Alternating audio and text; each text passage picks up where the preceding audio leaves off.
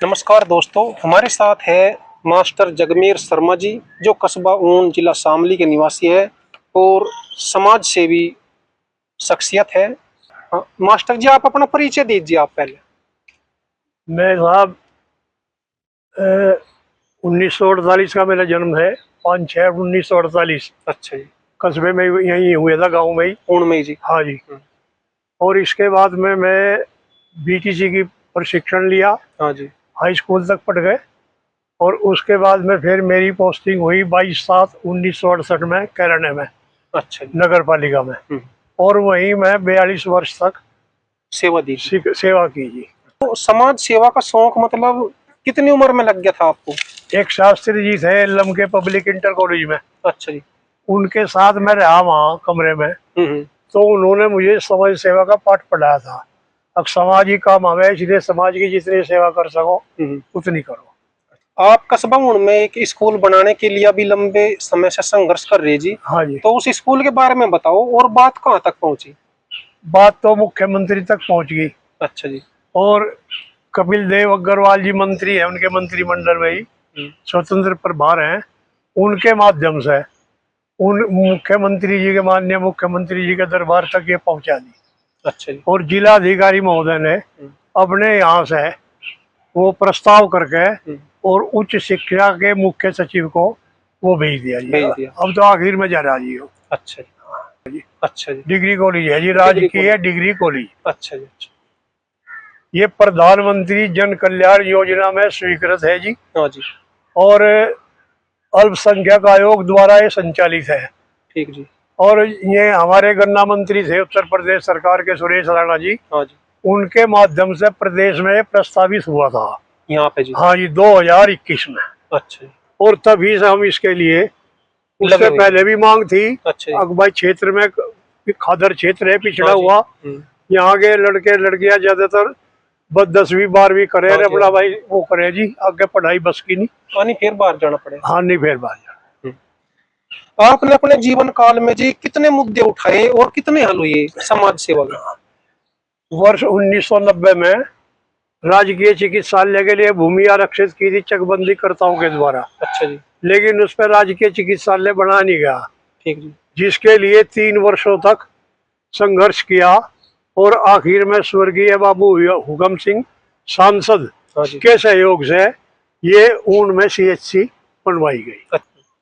इसके अलावा मतलब और यदि बात करें तो कौन सी ऐसी वह है जी समस्या क्षेत्र की जो आपको कचोटती है और लगता है कि भाई ये समस्या हल होनी चाहिए? हाँ, वैसे व्यक्तिगत रूप से टाउन में, नगर पंचायत ऊन में लगभग 125-150 बीघे जमीन सरकारी है। अच्छा जी। जिस पर अवैध कब्जे हैं। लेकिन अवैध कब्जे स्थानीय शासन द्वारा हटाए नहीं जा रहे, जिनकी शिकायत भी निरंतर की जा रही। और 2008 से 2016 तक तालाबों का अस्तित्व को लगभग समाप्त कर दिया गया। 80% समाप्त कर दिया, केवल 20% है। और उन तालाबों को नालों में कन्वर्ट कर दिया गया और बाकी सब कब्जे करवा दिए तालाबों में। तो आपकी ये मांग है कि भाई जो अवैध रूप से सार्वजनिक सरकारी भूमि है वे मतलब कस्बे को मिले और उन पे विकास कार्य हो। है जी।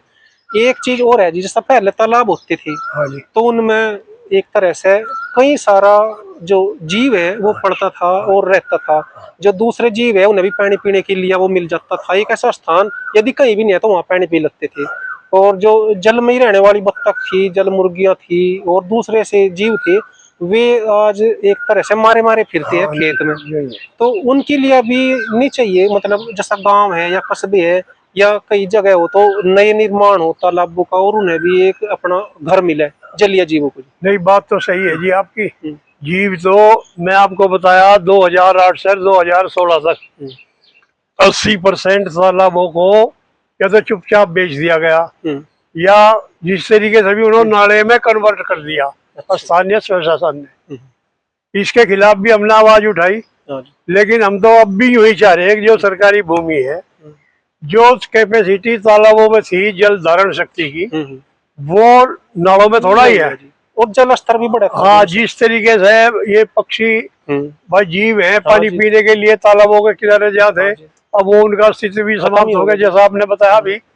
तो इस तरीके से वैसे जल संकट और भी बढ़ता ही जा रहा। मास्टर जी एक सवाल और है आपसे, हाँ जैसा ये स्कूल बनागा यहाँ पे, ये जो भूमि है यहाँ पे बिलोक की, पुराना जो यह थी यहाँ पे खंडर भी है और यहाँ पर बहुत सारे पुराने पेड़ भी खड़े दूसरी तरफ, और जिन पे दूर दराज से गर्मियों में प्राणी आवे और अपने प्रजनन करे और अपने बच्चों को बड़ा करके ले जा। यदि आप भी देखे वहां पे जाकर तो बहुत सारे बड़ी संख्या में घोंसले हैं और हर घोंसले में बहुत सारे बच्चे भी है उनके।